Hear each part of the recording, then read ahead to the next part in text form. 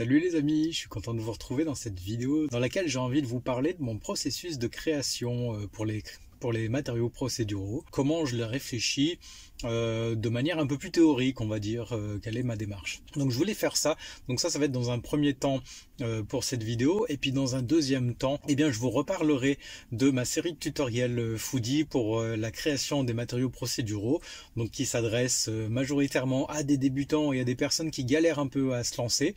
Donc je vais vous en reparler parce que je fais aussi cette vidéo à l'occasion de la sortie d'un nouveau contenu que je rajoute au reste, donc qui vient s'ajouter aux plus de 50 heures de vidéos déjà présentes dans la série de tutos. Donc voilà, d'ailleurs pour ceux qui y ont déjà accès, donc la série de tutos, et bien écoutez, vous avez accès à ce contenu supplémentaire sans surcoût.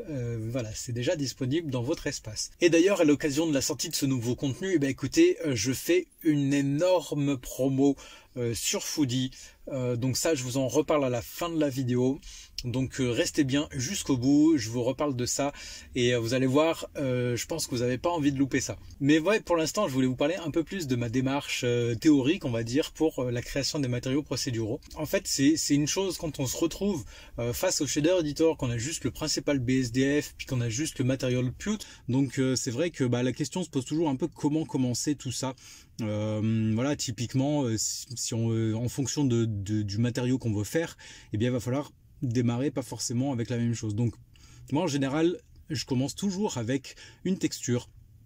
Donc voilà, on n'en a pas non plus 150 000, c'est pour ça que c'est intéressant de vraiment les explorer, hein, de prendre le temps de les explorer, de voir un peu toutes les possibilités qui s'offrent avec chaque texture présente dans le shader editor. Alors toutes sont pas autant intéressantes, hein. Voilà, dans les plus intéressantes on retrouve le noise, hein, avec les différents types de noise d'ailleurs qui permettent de faire pas mal de choses. On a le Voronoi, on a la texture de brique qui permet de faire pas mal de choses. Donc en fait ces textures vont nous permettre d'avoir un point de départ en fait pour donner une forme, tout simplement. Ça va donner une forme de base en fait qui va s'étendre sur tout l'objet ou sur tout le plan que vous voulez texturer. Donc c'est déjà intéressant de voir ça. Donc ça, on va ratisser les principales textures les plus intéressantes, hein, dans la série de tutoriels pour savoir eh bien effectivement par où vous pouvez commencer. Ça va vous commencer à vous constituer une espèce de bibliothèque interne en fait où vous allez savoir où aller piocher. Donc ça c'est un premier point. Deuxième point, donc en fait avec notre Wrangler, hein, on peut tout de suite ajouter un nœud mapping et un nœud texture coordinate devant la texture, hein, comme je vous le montre sur ces images là.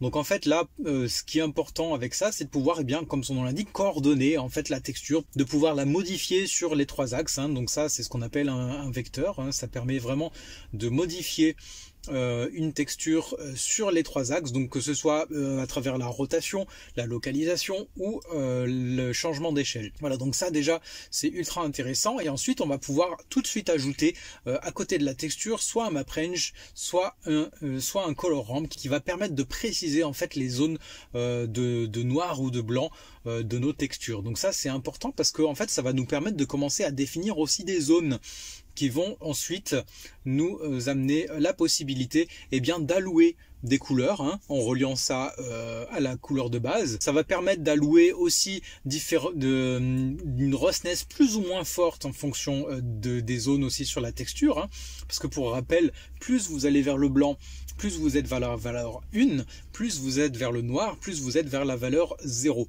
Donc en fait, tout ce que vous allez relier avec cette texture-là sur votre principal BSDF, en fait, vous allez pouvoir régler précisément les valeurs que vous voulez en fonction de l'endroit sur la texture où vous vous trouvez. Donc ça c'est ultra puissant.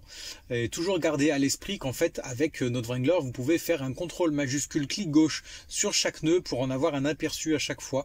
Donc ça permet vraiment de voir au fur et à mesure précisément les réglages que vous faites. Voilà, donc en fait avec la démarche que je viens de vous décrire là, donc c'est la théorie, hein, évidemment, ça demande de voir vraiment en pratique, hein, de tous les tenants les aboutissants pour faire tout ça. Et d'ailleurs on développe vraiment tout ça étape par étape dans la série de tutoriels parce que on va vraiment commencer par des matériaux extrêmement simples à faire, hein, comme du cuir ou du plastique avec un effet un peu plissé. Hein. Donc ça permet vraiment de voir des matériaux, on pourrait dire, avec un seul élément ou avec une seule couche. Mais en fait, la particularité en fait là, avec les matériaux procéduraux, c'est qu'on va pouvoir ajouter des couches de détails. Donc ça peut être plein de choses en fait, ces différentes couches qu'on va pouvoir ajouter, comme de la salissure, des craquelures, des rayures, ou alors rajouter de la boue par exemple sur quelque chose. Donc ça en fait, si vous voulez, ce sont des éléments qu'on va vouloir également placer à certains endroits. Donc pour ça, on va utiliser soit une nouvelle texture qui va définir de nouvelles zones, soit complètement réutiliser la première pour vraiment venir situer où on veut afficher tel ou tel élément avec des masques. Donc ça s'appelle un masque. Et donc pour le masque, tout à l'heure je vous disais que donc sur une texture on a vraiment du noir vers du blanc. Donc le blanc égale une valeur de 1, le noir égale une valeur de 0. Et en fait, on va pouvoir comme ça créer des masques. Pourquoi? Parce que comme le noir égale 0, eh bien le noir égale, pour un masque, voudra dire qu'à cet endroit-là, vous n'aurez pas l'élément que vous voulez afficher. Par contre, plus vous allez vers des zones blanches, plus vous verrez l'élément en question. Donc ça peut être super intéressant pour afficher certains éléments uniquement à certains endroits. Donc grâce à ces masques-là. Vous voyez par exemple sur l'image là que je vous montre, donc sur Foodie le robot, eh bien on a mis donc un matériau de boue uniquement sur le bas des bottes. Donc ça grâce à un masque en fait si vous voulez qui permet de faire ça. Donc vous pouvez tout à fait imaginer comme vous le voyez sur ces images-là que eh bien le bas des bottes de Foodie est à une valeur de 1 au niveau du masque, donc vers du blanc. Et plus vous montez, plus vous allez vers une valeur de noir. Vous voyez à quel point ça va être puissant et on va pouvoir en ajouter comme ça énormément de choses. Alors bon, plus vous ajoutez d'éléments, plus ça va être lourd en termes de ressources que vous demandez à votre ordinateur pour gérer l'affichage de tout ça. Mais par contre, c'est vrai que eh bien, ça vous permet de modéliser une texture, un matériau de manière vraiment pointue, de manière vraiment intéressante. Et d'ailleurs, pour en revenir à Foodie, vous pouvez voir sur ces images que, eh bien, également, on a mis des zones abîmées uniquement dans les zones plus anguleuses, hein, comme vous pouvez le voir. Donc la peinture, c'est un peu écaillé à ces endroits-là, puis on a mis des rayures un peu de partout. Donc vous voyez qu'on va venir ajouter un peu toutes ces couches. Et on en vient au contenu supplémentaire que j'ai ajouté. Donc cette vidéo est créée aussi à l'occasion de l'ajout de ce contenu, on y vient enfin. Donc là, en fait, ce nouveau contenu, c'est un matériau complet donc que je vous fournis aussi et dont on va faire le tuto de A à Z. Donc ce matériau est créé à partir donc d'un bonus, donc qui est cette texture de forme hexagonale. Et donc là, l'idée c'est de créer eh bien un matériau de carreaux, de carrelage de forme hexagonale. Et donc là, vous allez voir ce qui est super sympa, eh bien c'est de créer des zones où les carreaux vont être absents, mais du coup on va avoir des résidus de colle et d'autres carreaux qui vont être carrément fissurés. Et donc on va pouvoir faire des fissures plus ou moins grandes, on va pouvoir définir le nombre de carreaux que l'on veut toucher, soit par le fait qu'il n'y en ait pas, soit par le fait qu'ils soient fissurés. Donc vous allez voir que là c'est pareil en termes de masque, ça permet de voir d'autres approches de la notion de masque et de comment afficher ou non certaines choses en fonction de l'endroit. C'est super sympa à faire. Et en même temps ça vous apporte vraiment, je pense, un complément très puissant à tout ce que je vous donne déjà dans le reste de la série de tutos. Voilà, mais c'est pas tout, on en arrive à un contenu pareil que j'ai ajouté courant de l'été, celui-là. Alors celui-là, j'en suis aussi super content, je trouve que c'est vraiment un plus non négligeable que je vous apporte là. L'idée c'est de vous donner une trousse à outils, un peu une boîte à outils en termes de masque. Parce qu'il y en a qu'on va créer précisément par rapport aux matériaux qu'on est en train de créer, mais il y en a des masques qu'on va utiliser de manière hyper récurrente. Vous voyez, tout à l'heure, je vous ai évoqué le fait d'afficher quelque chose ou non en fonction de la hauteur par rapport à la notion de boue hein, sur les bottes de Foodie. Mais donc ça, c'est une possibilité, mais il y en a pas mal d'autres. Donc là, on va vraiment faire le tour de toutes celles que je connais. Hein. J'ai pris mon cerveau, je vous l'ai posé là. Donc ça va aller des plus simples à gérer comme en fonction de la hauteur, ça c'est un des plus simples. On peut aussi faire en fonction de la localisation sur un des axes. Hein. On peut faire aussi en fonction des zones de crevasse. Donc ça, il y a plusieurs techniques pour y arriver, je vous les montre toutes les deux. Il y a aussi en fonction des angles, donc ça on l'utilise notamment pour afficher des zones plus abîmées sur la texture, donc sur le matériau de peinture jaune de Foodie, donc avec des zones plus abîmées, avec des zones plus métalliques. Mais là, on va voir comment faire en sorte, voilà, on va refaire le point dessus et voir comment on peut le réadapter. Et je vais vous en montrer aussi des plus originales qui vont vous permettre de positionner précisément là où vous voulez afficher ou non quelque chose.